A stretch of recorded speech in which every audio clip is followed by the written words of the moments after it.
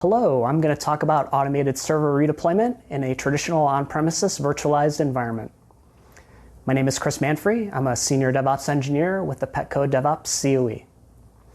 Now, there are a couple different ways you can go about updating your on-premises stateless virtual machines. Now, when I say stateless, I mean that the backing data for the service that they provide has been externalized. For instance, web servers or middleware that speak with the database. Now, you can update these servers via traditional hand patching, where someone logs into each of the systems, starts wrestling with packages despite there being a package manager, and then prays that the system comes back online on the new kernel after the final reboot. This is not a very good method. It costs a lot of time and people power. You can automate your patching. This does save on costs. But as your systems age, the potential for configuration drift increases. So you're no longer sure that what you have running is what you initially deployed. And finally, you can do automated server redeployment. This saves on costs, and it results in higher fidelity copies of your systems. Your VMs become fungible. I'm going to share with you today how Petco is able to redeploy its Sumo Logic collectors.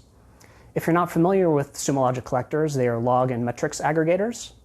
We have a handful of them load balanced in each of our locations via F5. The tools that we utilize for the redeployment process are GitLab for version control and CI/CD, Packer to do our Nutanix base images, Terraform to be able to express our systems as code, and Private Terraform Enterprise, which I will henceforth refer to as PTFE, for the Terraform execution. First, I'll give you a quick summary of our Packer. Then we'll take a deeper dive into the Terraform so that you understand what resources we're creating, as well as how they are organized. And then finally, I'll share with you how we're able to do the redeployment with PTFE. So we build base images via Packer for Nutanix. We have this scheduled monthly out of GitLab CI/CD. We use the QEMU builder every month to produce an updated and hardened image. This artifact we copy to a centralized object storage. And then we use the Prism API in order to distribute the image to each of our Nutanix clusters. This gives us a consistent set of images in all of our locations. And we also pseudo-tag them in their names, like RTL7_latest and RTL7_ and then the date and time that they were created. This allows us to pin a deployment to a specific version of a template so that we're guaranteed the versions of the packages that come within it. And we can also subscribe a deployment to the latest version of the template so that we're always getting the most up-to-date packages. This also allows us to rotate our images so that we can reap older images based on the name or based on the age. This ensures that we're never deploying out-of-date templates. So Petco has a collection of composable Terraform modules in order to do its on-premises deployments. They can be classified into two types. We have platform-specific modules, and we have helper modules. For our platform modules, we have VMware and Nutanix. These are responsible for creating the virtual machines within vSphere and Prism Central. They also provide some standardized outputs. These outputs can chain into subsequent helper modules. The helper modules are platform agnostic, meaning that they can take the outputs from any of our platform modules. And if we ever have a new platform, all we have to do is create a new module for it, and then we can slot that into our existing helpers. They're responsible for creating supporting resources for each of the servers that the platform modules deploy. They also make heavy use of provisioners running out of null resources for places where we don't have a formal Terraform provider. They do things like remote execs for post-deployment commands on the servers themselves, as well as local execs for API calls via Python on behalf of the systems. The Terraform makes heavy use of for each. This allows us to uniquely describe and key each of our servers. On the left-hand side here, you can see our each server variable, as well as the server 1, server 2, and server 3 objects. The Terraform variable type for this is a map of objects, but you can really think of this like a big piece of JSON. On the right-hand side, you can see our server 1 object opened up a little more in the deployment, Active Directory, Chef, ServiceNow, and Sub1 configurations. The server 1 deployment configuration looks a little something like this. Here we're able to specify the image name. In the case of our Sumo Logic collectors, we're using the RTL7_latest image to make sure that we're always getting the most up-to-date image. And we can also specify other things like the CPU settings, the memory. If we needed extra disks, we could put that here as well. Our Active Directory configuration looks like this.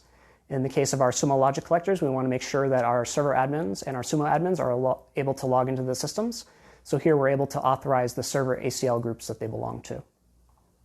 Our chef configuration looks a little something like this. Here we're specifying our sumo logic collector policy, as well as the policy group that the systems get deployed into, and the chef client version that we're going to bootstrap. Our ServiceNow configuration looks like this. Here we're able to assign who owns the systems, as well as the location and environment that the systems are being deployed into. And finally, our Sub1 monitoring configuration looks like this. Here we're able to specify what ticket queues our event tickets go to, and who to contact within PagerDuty in case these systems go down. So when we call our Nutanix module, our platform module, it looks a little something like this. Here we source it by get URI, so that as the module gets developed, it can be in its own discrete repository, and we reference it by tag. So we're able to pin to a specific version of the module. This allows the module to continue to be developed and not have the code move out from under us. This is very important for Petco as a larger organization with many Terraform practitioners and multiple teams that utilize these modules. If you're a smaller organization, you might want to just reference by branch, or if you're a single practitioner, maybe you just want to use a relative path and develop your modules within the same repository where you're consuming them. A little further down from the source, you can see how we're able to ingest our each server variable. Here we're putting in the deployment configuration for each of the servers and referencing it by that server key. The module itself is responsible for creating the Nutanix virtual machine resource. We also do automated host naming via an in-house developed Petco provider. It has a large library of words, and it will concatenate 2 random words together in order to form a host name. We get such classics as Woofer Datsun, Loudish Mary Bud, and Yaps Unsweetly. We also get some not so great names, but I won't discuss them here. It also has a ServiceNow client so that I can check a prospective name to see whether it's already in use in our inventory. And this custom provider, we self-host in our own private provider registry on premises. The module also uses the Infoblocks provider in order to do IP allocation, create an A record for the host name, and a PTR record for the IP address. It's also responsible for some post-deployment tasks, like setting the host name on the systems when it comes up, and doing some networking configuration. Now, as I alluded to before, these platform modules provide some standardized outputs, and that looks a little something like this. Here, we're able to take the name of our Nutanix virtual machine resource, the ID, which is the UUID as seen by the hypervisor, the fully qualified domain name, and the IP address, and we're able to return that all, again, based on that server key. Our Active Directory module looks a little something like this. It's responsible for creating the server resource groups for each of the systems, as well as adding the authorized ACL groups to each of those resource groups. And you can see how we're feeding in our Active Directory configuration based on that server key, and we're also ingesting the ID, the name, and the IP address of each of our systems from the Nutanix module output, again, based on that server key. The module is also responsible for a post-deployment task of delivering the Vault app role ID for the join credentials, which Chef will later utilize in order to join the systems to our domain. Our Chef module looks a little something like this. It's responsible for bootstrapping the Chef client, as well as applying the Chef policy. Our ServiceNow module is responsible for adding the systems to CMDB inventory, and it also removes them. It retires them when we do a destroy. We have a delete sumo module. It's responsible for cleaning up the systems from the sumo logic portal. It's the chef policy that ends up adding them to sumo, and then it's this module that's responsible for cleaning them up after the servers get decommissioned. We have a Nutanix affinity module. This module is responsible for pinning guests to certain hosts within our clusters that are licensed for the RHEL7 operating system. We run in a mixed environment, so not all of our hosts are licensed for all operating systems, and this module allows us to deal with that. We have our Sub1 module for adding our systems to the monitoring platform, and then likewise, it's also responsible for removing them on decommissioning. So with these collection of Terraform modules, along with Chef policy, we have code in order to be able to specify any sort of arbitrary on-premises deployment. And this code, along with a PTFE workspace for the Terraform execution, allows us to fully manage the lifecycle of these systems, from deployment all the way to decommissioning. So next I'm going to share with you how our redeployment framework looks that we utilize for redeploying our sumo logic collectors. It runs out of GitLab CI/CD, so it's triggerable, meaning that other pipelines can request a redeployment via API. It's also schedulable so that we can do monthly redeploys in lieu of patching. And it's containerized. All the scripts and tools that we utilize for the redeployment process are rolled up into a tagged image, which get run inside Docker runners. When I say it's a framework, I mean that's reusable. It's an importable GitLab CI.YAML that can be utilized in multiple projects. And it's configurable. It's really designed to be able to sequentially recreate any list of arbitrary Terraform resources that are managed within a given PTFE workspace. We just happen to be using it here for redeploying our sumo logic collectors. So in order to configure the redeployment framework, we have to pass it a config JSON. So here on the left-hand side, you can see the config. We're passing in things like the host name of our PTFE instance, the ID of our workspace, some timeout settings, and then the resources that we're going to be redeploying. Now, when you think about a redeployment, there are resources that you want to keep, and there are resources that you want to recreate. So things that we want to keep include the IP address of each of our systems. Unfortunately, we don't have programmatic access to our F5 load balancers, so we want to make sure that the IPs in the backing load balancer pools remain the same. We also want to keep our host names. It doesn't really make sense to rename our systems. We want to keep all the DNS records that we've created. It doesn't really make sense to mess with those. Otherwise, we might end up with some TTL issues. It doesn't make sense to remove the systems from inventory. They can stay there. Same thing with our monitoring. They can stay in monitoring. And we also want to keep all the things that we created in Active Directory, which allow people to log in. Things that we do want to recreate for the redeployment, first and foremost, are the Nutanix virtual machine. We're going to actually end up tainting this resource so that we're 100% guaranteed to get a redeploy on the new template. And after the systems have been recreated, we also need to do all the follow-on tasks, like resetting the host affinity, rerunning the Chef Bootstrap and policy application process, and all the post-deployment things. And the way we specify that looks a little something like this. Here you can see the resource list expanded a little more. In the name field, we have the Nutanix virtual machine resource as Terraform would recognize it. And then we also list all the dependent objects, those other things that we want to keep. And we're also passing in a little bit of additional information here, the server key, server 1 in this case. And there's one of these resource blocks for each of our 3 collectors, server 1, server 2, server 3. I just only have server 1 here expanded. So in addition to this configuration, you can also bring your own Python scripts. It has the ability to run arbitrary Python in certain points in time while the pipeline is running. First, there's a prescript, which lets you run Python before the redeployment of any resource. There's a health check, which runs after the redeployment of a resource, and that's used to confirm success, to make sure that the thing that we recreated is up and healthy. And then finally, there's a postscript, which is the last chance to do any sort of work before we move on to the next resource. There's some arguments that we pass to the script. So the resource that's currently being redeployed from the config JSON gets passed in as a Python dictionary. And we also retrieve the Terraform state at those points in time via the TFE API, and we also pass that in as a Python dictionary. So there are some secrets that we need for API calls that we utilize within these scripts. And these credentials we end up retrieving from Vault via JWT, and we do this within our GitLab CI YAML. And that looks a little something like this. Here at the top, you can see we're configuring our variables for Vault, including the Vault address, the JWT role that we're going to be logging in as, and then the mount point and secret path where our secrets are at. And in the before script, you can see how we're able to log in via the JWT role that we specified, retrieve our Vault data, sign out and revoke our token, and then export the secrets as certain environmental variables that our scripts will then consume. So here we're exporting the PTFE token, which our pipeline will use to drive the workspace, some Seb1 credentials for managing the monitoring, and some Sumo credentials for managing the Sumo portals.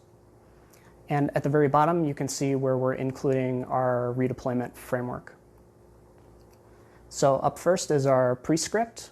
It looks a little something like this. What it does is it searches the Terraform state that gets passed to it, along with the server key, in order to find the host name of the system that is currently being redeployed. This host name, along with the credentials that we have retrieved from Vault, we then use to put the system into maintenance mode. We want to make sure that we don't get any alerts when the system goes down for the redeployment. So in order to do the redeployment, the first thing we do is we taint our Nutanix virtual machine resource. Unfortunately, there aren't any ways to do a taint in PTFE via the API, so this is something that we have to do via the binary. In order to do that, first we query the workspace for some metadata using the TFE API and the workspace ID that we specified within our config.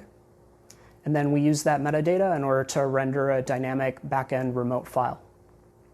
So things like the organization and the workspace name, and then that token that we retrieved from Vault, we use in order to render this backend remote. We also check to see what Terraform version the workspace is set to, and then we download that same version of the Terraform binary. And then with this initialized backend, along with the Terraform binary that we downloaded, we do the taint. This ends up resulting in a new state within the workspace. Then finally what we do is we do a targeted apply on the Nutanix virtual machine object, and then also that list of dependent objects. And this kicks off a run. So the first thing the run does is it goes into a planning state. While it's in a planning state, we pull the state of the run, and we're waiting for the status to become planned, and for the Boolean is confirmable to be set to true so that we can proceed. Here in this output, you can see that it's still planning, and it's confirmable is currently false.